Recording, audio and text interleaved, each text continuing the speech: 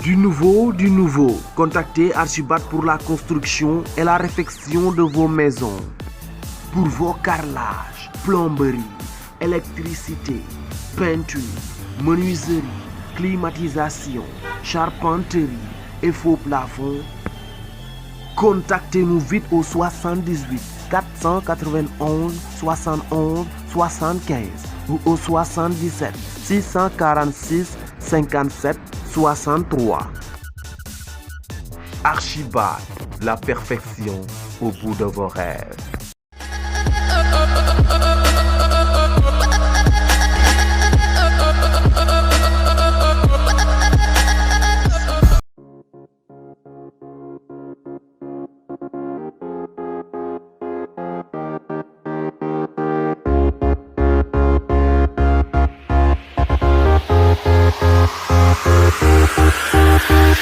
Salut les amis, j'espère que vous êtes en forme, soyez les bienvenus à nouveau dans votre émission e-sport. Tey ñu am benn gan boo xamante ne nekkoon fi Malika nekkoon fi gardien jaar ay jamono Cité Sonatel du nom de Ass Thiam. Ass Thiam ñu ngi lay nuyu. maa ngi leen fay bu baax a baax. tey ñu fekk la fii sa gàlle ñu ngi lay remercier encore une fois ci invitation bi.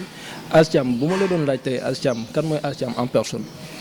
waaw maa ngi nuyu gars yi ñoo xam ne seetaan ñëpp ku ci nekk ak sa tur ak sa sant. Ass Thiam nag benn ancien joueur la fii ci Malika. Après on a joué ci navétane ci lan ma gën a xamee. donc en résumé Ass Thiam benn waay bu ñàkk solo la daal. donc dégg ngeen loolu la nuyoo moom ki nga xam ne moo di Ass Thiam. Ass Thiam tey bu mu doon expliquer tey ci sa parcours footballistique la nga ma ci mën a wax. waaw sama parcours moom bon en fait mën nañoo wax ni gudd na gàtt na. parce que football naa fii ci zone Malika bi. niveau navétane et que football naa aussi niveau championnat bu Sénégal. et que jot naa football aussi un peu à l'extérieur vite fait. donc en résumé loolu mooy sama parcours. loolu mooy sa parcours yaa ngi débuté sa carrière en 2001. yan ban équipe nga njëkk a jaar ci sa. ah d'accord en 2001 maa ngi débuté sama carrière catégorie cadette. ASC Jamono. waaw ASC Jamono ñoom ñoo tàggat en catégorie cadette en 2001. et 2002 donc 2001-2002 maa ngi débuté sama carrière foofu. du coup j'ai été deuxième gardien en 2001. nekkoon benn deuxième gardien bu Baye Diagne. donc ku talentueux. et en 2002 j'ai été titulaire. nekk aussi finaliste. Finaliste. Ouais. En quelle année? En 2002. En 2002. En 2001 j'ai été champion zonal. en catégorie cadette. et que 2002 ma nekk vice champion. nga nekkoon vice champion. Bissap bi moo ñu éliminé 1-0. Bissap bi loolu ban année la exactement. loolu 2002 la. loolu 2002 la. léegi bi nga jógee jamono après nga dem fan ci Cité Sonatel. non dama resté jamono en 2003. en 2003 ci la montée senior. ñu football ASC jamono. toujours après on a été éliminé sur tapis vert. benn jour bu naan Adama Ndiaye moo ñu ko tegoon parce que dafa demoon deel a fay apparemment mu am problème papier ñun senior bu ñu qualifié. mais vu que cadet bi dañ koo daane lool. pendant ce temps là bu ñu daanelee cadet bi rek. day répercuté wu ci senior bi. loolu moo ñu éliminé en 2004 nag ci laa dem Cité Sonatel. en 2004 nga dem Cité Sonatel nga nekkoon fa premier gardien je pense. waaw après yàlla dogal na nag man bon j'ai été toujours premier gardien.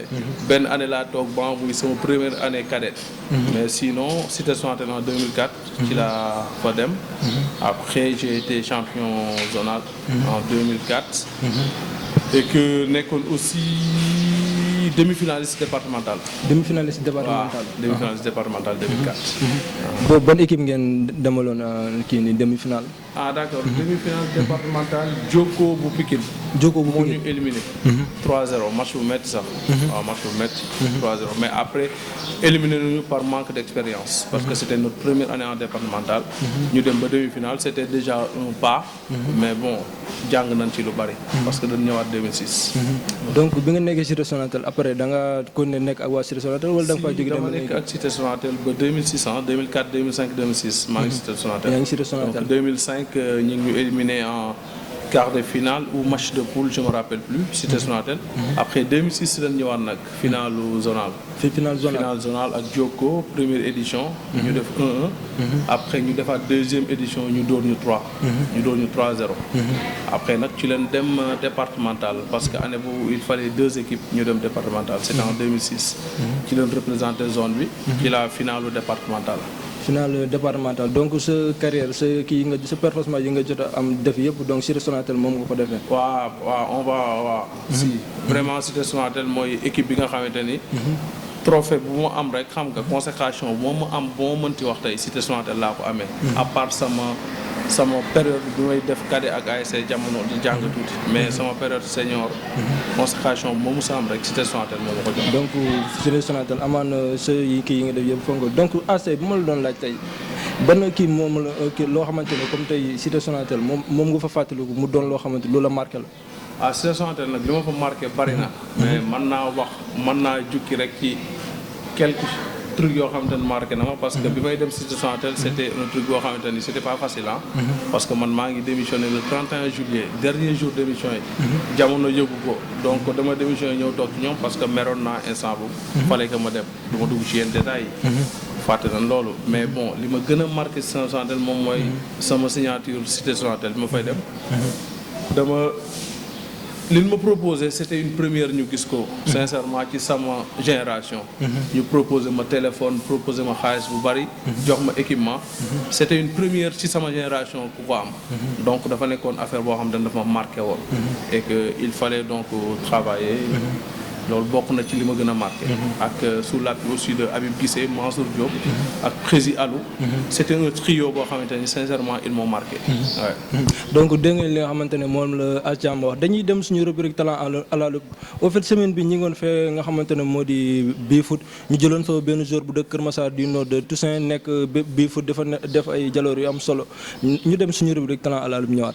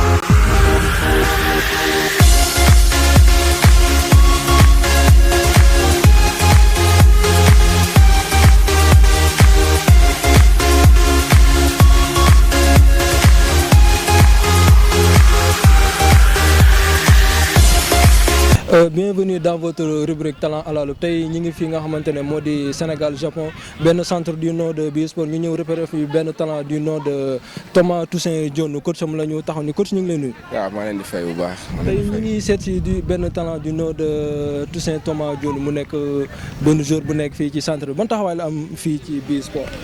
waaw Toussaint mën nañu depuis il est là depuis 2 ans mu ngi fii.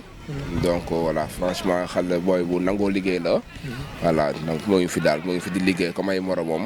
waaw franchement et depuis ba mu fi nekkee ba léegi il progresse quoi il progresse bu baax. il progresse bu baax daal waaw. donc mën nga ma décrire ay qualité wu ki nga xam ne moo di Thomas Toussaint Dione. Toussaint waaw yi xam moom il est encore jeune. il a des qualités am na ay qualités franchement côté techniquement il est bien loti franchement voilà et et puis il est puissant aussi. Donc franchement il a une marge de progression daal. Donc ñoo ngi liggéey ci côté boobu. Déjà il a une petite taille mais nag yàqul dara quoi parce que il a am na volume de jeu daal boo xam ne permettre na ko day génn ci match yi.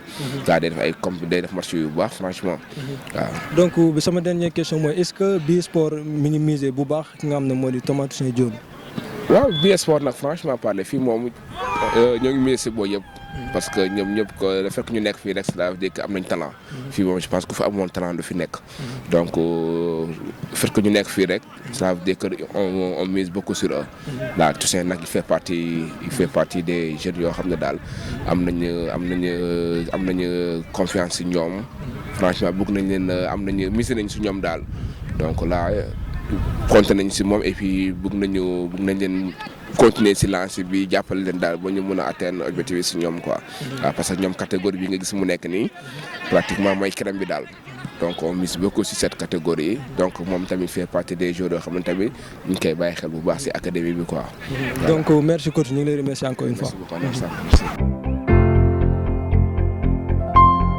Bienvenue dans votre rubrique talent à la loupe tey ñu ngi fi nga xam ne moo di Sénégal Japon benn centre bu nekk fii du nom de bii sport ñu repéré fi suñu benn talent du nom de Toussaint Thomas Diome Toussaint maa ngi leen nuyu.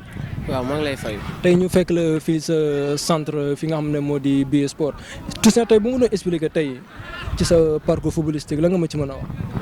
non sama partie footballistique moom compliqué wul quoi. parce que jaar naa benn école de foot bu ñu ne école de foot Diatta. moom moo ma boole kii nii bi moom boole coach bi après mu andi ma fii quoi ci centre bi mais alhamdulilah.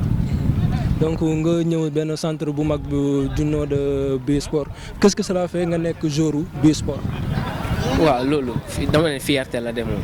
fierté la parce que rêvé woon naa doon nekk ci centre quoi.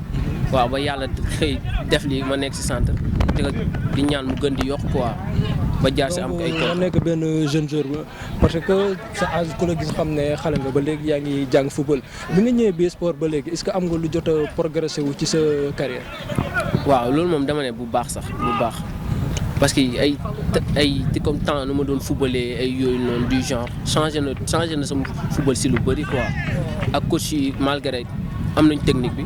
kon mun nañ changé nañ ci man lu bëri daal ci cadre football bi technique bi mental bi et tout changé nañ lépp waaw. donc ngay football benn poste boo xamante ne c'est pas évident ngay cumuler ñaari poste excentré ak milieu terrain lan moo def polyvalence boobu. polyvalence boobu noonu dama ne mental la rek ak sama xel moo ko atteindre rek xam nga moo tax quoi. mais ak ndimbalu coach rek ak staff mi noonu du bon mun naa ko. ok nga nekk jeune boo xamante ne am nga talent tey jii Toussaint bu ma la noonu la est-ce que mës nga am benn offre boo xamante ne ci sous-région bi la wala à l'extérieur. non kii amaguma offre moom. mais ñoo ngi ci tànk yooyu noonu. waaw ñoo ngi ci parcours yooyu noonu mais bis bu jotee rek. yomb quoi. lu jot moom lu yàgg moom méttiwul. ñoo ngi mais yaa ngi ci ay suivi quoi. waaw ñoo ngi ci ay suivi bu baax waaw. donc tey jii bu ma la doon laaj Toussaint ban mooy sa club de rêve. club de rêve waaw am naa club de rêve moom comme ñëpp. muy ban muy Lyon. Olympique Lyonnais. waaw championnat France. la moo la motivé ba nga dem Lyon. non en fait man dama fa am benn jour bi nu muy comme ça comportement am ci biir terrain moo ma neex. muy Memphis Depay. muy kan. Memphis Depay. waaw donc ci moom ngay référé wu quoi. waaw ci moom laay référé mooy sa référence en tant que joueur. donc ñi ngi remercier encore une fois ki nga xam ne moo di Yves Arsène Dione nekk man je l'appelle comme son agent. c'est son frère mais en même temps c'est son agent ñu ngi koy nuyu de passage moom Yves Arsène Dione lan ngay tàggatoo. non di tàggatoo nii maa ngi nuyu sama staff yi. fu ñu nekk nii mooy bii sport di remercier coach yi yëpp ay ñoom coach Jean ñoom papi yooyu noonu et autres. xam nga di leen parce que sonn nañ ci ñun ñii nii xam nga yor ay boy yu ndaw yoo xamante ne majeur guñu quoi yor leen day métti. di tàggatoo tamit fu ma jugee muy Kër Massar parce que am na ay jeunes talents yu mel ni man ñoo xam ne daaxuma leen lu may def nii mais nañ lu ma leen di wax rek football dafa laaj benn patience boo xamante ne soo amul réflexe moom fët ñu dugale si loo xamante ne xam nga loolu rek laa amoon lu may lancé moom. donc loolu moo nekkoon dernier mot ki nga xam ne moo di Toussaint Thomas Dione. Je profite aussi de l'occasion di souhaiter un très bon rétablissement ki nga xam ne moo di Cheikh nekk défenseur central di nekk fee ci AS Malika mu am benn blessure ñu ngi koy ñaanal mu gaaw rétablir ñëwaat ci groupe AS Malika. li moo nekkoon tey seen rubrique talent à la loupe ñu nekkoon ki nga xamante ne moo di Toussaint. Un grand merci effectif BS Sport bi yëpp à travers ki nga xam ne mooy le coach Jano et tout l'effectif et le staff technique de BS Sport. One love.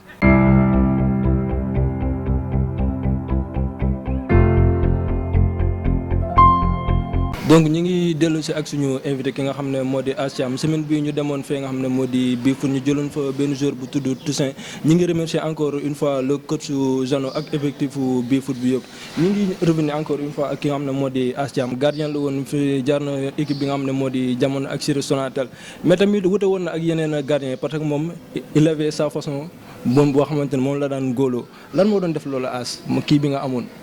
en fait man sama façon di doon def loolu moom mooy dafa am kenn ku nekkoon nag sama ginnaaw koo xamante ni bokkoon na ci ñi ma doon gën a jox confiance ci sama bopp li tax ma gën a gëm sama bopp kooku dafa joué ci sama carrière muy Badou Thiam ñu koy wax Mourinho parce que moo ma jëlee Jamono yóbbu ma Cité Sonatel il a été toujours derrière moi di ma gëmloo sama bopp après ma dool booleeg li ma amoon xam nga et que man dama doon jàpp ni football la en fait benn gardien boo laa xamante ne j'étais pas un grand gardien j'étais juste un bon gardien tu vois donc un bon gardien nag dafa am loo xamante ni moo lay mottali moom mooy amoon naa fit tu vois amoon naa fit li sama nekk sama xel laay def kenn du ma sonal xam nga et que dama ci doon génn loolu moo doon sama fort après yàlla di ñu jàppale nag ñu gëmoon entraînement aussi tu vois parce que lépp base bi entraînement la man li taxoon ma gënoon a am fit parce que dama doon wóolu sama bopp physiquement j'étais prêt donc loolu bokkoon na ci loo xamante ni sincèrement moom moo doon gën a yokk daal. donc démb Baye Mor am na lu ma doon jot a expliqué nee na Ass daan napp joueur yi bu daan góolu. dafa daan napp joueur yi. waaw loolu liggéey la rek parce que man en fait dafa bokkoon ci samay fort aussi. man honnêtement comme ñu wax ni parce que télé la ñuy wax ñëpp ñu ngi suivre. attaquant bi man duma la may dara en fait. waaw première action bu na amee contact di nga xam ni sincèrement. liggéey en fait am nga liggéey quoi damay dal sa ba nga dal sa kaw ba pare boole koo wax ju sew. waaw télé la joruñu ci jaar mais dama koy boole wax ju sew. après loolu dafay bokk ci li doon gën a faciliter samay match. damay nekk à l'aise samay camp kenn du ma sonal. parce que samay 18 mètres moom maa ko moom. kenn du ma ci sonal. non Ass Thiam bu daan góol moom beneen affaire la sànq maa doon interroger ki nga xamante ne moo di Laye Thiam. mais li ma gën a marqué moom bi muy nekk Cité Sonatel. Cité Sonatel dafa ñëw. jël fa coupe. teel fa tàngal ko toj ko def lu nekk nag ci match bi moom wax dëgg yàlla. sincèrement loolu bokk na ci li ma marqué. donc ba mu doon nettali tey benn fait boo xamante ne Ass def na ko jamono yi muy góol Cité Sonatel ban nga ma ci mën a fàttali. li ma ci gënoon a neex nag mooy bu Cité Moussa na ma ne moom. bal bi lu mu rafet Ass dina ko bëri la ma bal. gars yi kon di football. te gars yi duñ ci rendre compte dañuy dig rek bal boobu père moom loolu bokk na ci li ma gën a marqué ci carrière am. ah bon am na benn kii bu mu wax nee na yow daanaka balu zone bi yëpp jeexal nga leen. waaw gars yi loolu la ñuy faral di wax parce que nawetaan boo nee nawetaan rek ni mystique. et que ñun dañ daan faral di wax ni dama amoon benn grand boo xamante ne moom moo géré woon côté social bi. suñ ñu mënee waan 1-0 daf may wax ne ma bal bi de buñ ko bënn du négaliser man ko yónnee leen ma puso. du coup bu 6 mètres amee damay naju ci bal bi rek bënn ko au bout de 2 minutes. mais da ngay gis bal bi di paire dal na ma Pikine ak Jokko bu mag après gars yi di saaga mais man je m'en fous. tous les moyens sont bons pour gagner match dal na ma aussi ñun ak Jamono. benn match bu mooy nul ak ñoom 1-1. benn grand bu jëndoon benn balu UEFA jamono yooyu UEFA la. Jamono indi seen balu UEFA ñu ngi ko jëndee woon 49000. 49000 waaw mais ñoom ñoo ñu mëne du coup man après il fallait ñu égaliser dama bënn bal bi mais bu match bi jeexee coow lu rëy la jur. balu 49000 nga bënn ko. donc mais nawetaan la loolu ak nawetaan ñoo ànd après nag loolu laa gisatul léegi mais bon. loolu moo doon def charme nawetaan. waaw loolu moo defoon charme nawetaan. parce que boo seetloo ñoom ñi nga xamante ne ñoom ñoo daan football fii seen dañoo def loo xamante ni fii gars yi duñ leen gaaw a fàtte ay ñoom Baye Mor ay ñoom Ass Thiam ay ñoom Balde ak yeneen gars yi ñu ngi leen di shout out léegi Ass sama dernière question mooy am na jamono yoo xam ne jóge nga Sénégal nga dem France la moo nekkoon sa motif voyage boobu noonu. waaw non mais en fait sama motif voyage man dama avant may dem France dama dem Égypte. en fait man dama njëkk a voyagé ma dem Égypte. pour doon tenté comme ñëpp. après mujjul antu. sur le plan football. ñu ñibbisiwaat. ñu ñibbisee après ci la ñu dem Espagne demuñu France sax parce que jaar nañ Italie jaar Suède soo ko dem Espagne mais après jamono jooju fekkoon na aussi ñu arrêté football gars yu bari nag comprendre quoi ñun demuñu woon pour football yi parce que ñun ñi ngi arrêté suñu carrière en 2007 en 2007 mooy suma dernière année nawetaan et que ci diggante bi ci la football Renaissance bu Dakar en 2005 et que GFC dama fa nekkoon aussi Guédiawaye Football Club 2004 maa ngi woon GFC donc yooyu yëpp après avant ñuy voyager arrêté nañ suñu carrière football après ben dañ voyager comme toute une personne bi nga xamante ni comme li may wax rek tukki moom échec la parce que échec da nga échec ci sa dëkk da ngay dem seeti leneen jàppoon nañ ni échec nañ fii donc dañuy seeti leneen pour xool lu ñu dundalee suñu njaboot loolu moom moo yokk ñu voyager donc en gros vraiment loolu la et que suñu carrière daal noonu la demee et que yaa ngi naan ma dernière question mais bëggoon naa la préciser leen lu ndaw rek li nga xamante ni moom gën a neex ci sama carrière nawetaan muy lan waaw mooy benn match bi ma gën a ñaari match la sax benn bi contre ñaari tali la benn bi contre jamono bu Malika ñaari tali régional 8e de finale ñu ni cité Sonatel lañuy daje da lay door 10 ay villageois lan mu metti ma loolu may entraîner matin soir ñu dem ñu match nul 1-1 dem tiro bi gagné leen match bu rëy Galandou di Diouf semi nocturne jamono li tax mu neex ma équipe formateur la ñoom ñoo formé ma mère jóge fii war a day ak ñoom quart de finale lu ne ñu wax ko ci koñ bi tu vois fallait relever le défi ñu gagné leen 3-1 match bu neex vraiment di shout out sama frère sama ami sama meilleur ami nga xam te ne mosu ñoo bokk équipe mais sama meilleur ami Ablaye Sène Bourgui match bu neex loolu bokk na ci li ma gën a marqué sama carrière vraiment donc en gros loolu la mais sinon ça va ñu ngi nii di encadrer jeunes yi léegi def le maximum quoi def donc àgg nañu suñu feewu émission Acham la ngay tàggatoo waaw di remercier sama famille déjà en premier ñi nga xamante ne ils ont toujours été là di ma épauler sincèrement quelles que soient les circonstances sama famille di remercier la population malicoise di remercier ñi nga xamante ni ñoom ñoo ma jàppale te lu ma yëg ak lu ma yëgul et que di remercier équipe bu ma mus a jaar rek képp kuy dirigeant foofu maa lay remercier xëy na mënuma lim nag que ça soit la cité Sonatel Jokko bu Malika jamono bu Malika di remercier ñëpp waaw di leen sant yéen nag ci seen déplacement bi ngeen def ci man nga xam dama ku xeebu la koo xamante ni bon awma benn parcours bu exceptionnel boo xamante ne war ngeen mën a déplacer wu di ma seet si mais xëy na nag ku nekk am nga baat pour sa commune di leen remercier di remercier mon meilleur ami Ablaye Sène bi nga xam football moo ñu boole mais ba tey dara ñaawul ci waa et que mu taxawal benn centre boo xamante ni ku nekk war na cee mën a jàpp ku nekk war na cee mën a gis boppam muy centre boo xamante ni c'est pour les gardiens de but ñun nag ñu ngi ciy def suñu kéem kàttan pour jëm kanam et que c'est pour la commune ku ci mën a taxaw rek gis ci sa bopp nañu dina ci baax loolu parce que c'est pour nos frères xam nga nos neveux nos fils ñu bàyyi ci xel bu baax a baax di leen shout-out yéen ñëpp merci bëggee naa leen bu baax a baax jaajëf ok donc Acham moo nekkoon tey suñu invité e-sport suñu talent lu mu nekkoon ki nga xam ne moo di Toussaint encore une fois ñi ngi remercier effectif bi foot ak coach Joanna ñi ngi leen di jox dig d'ici 15 jours one love